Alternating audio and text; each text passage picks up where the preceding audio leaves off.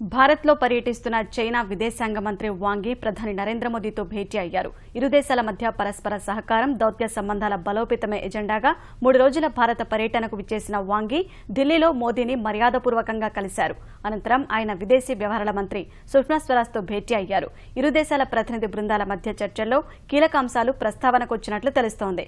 అణు సరఫరా దేశాల కూటమి ఎన్ఎస్జీ సభ్యత్వం విషయంలో పాక్ పంచన నిలిచి భారత్కు మోకాలుడిన చైనా, దక్షిణ చైనా సముద్రం వివాదంలో భారత సాయం సహా ఇతర అంశాలను ప్రస్తావించినట్లు సమాచారం. అంతర్జాతీయ న్యాయస్థానంలో వ్యతిరేకంగా వెలువడిన తీర్పుతో ఇబ్బందులు ఎదుర్కొంటున్న చైనా, పొరుగుదేశం భారత్ మద్దతుగా నిలవకున్నా కనీసం వ్యతిరేక స్వరం వినిపించకుండా ఉన్నా చాలనుకుంటోంది. సెప్టెంబర్లో చైనా వేదికగా G20 సదస్సు జరగనున్న నేపథ్యంలో వాంగ్ పర్యటనకు ప్రాధాన్యత ఏర్పడగా భారత్ సైతం చైనాతో స్నేహబంధాన్ని కొనసాగిస్తూ ఎన్ఎస్జీలో సభ్యత్వానికి అడ్డంకులు లేకుండా చూసుకోవాలని ఆలోచిస్తోంది. ఈ నేపథ్యంలోనే ఇరు దేశాలు ఇతర కీలక అంశాలపైన చర్చించినట్లు తెలుస్తోంది.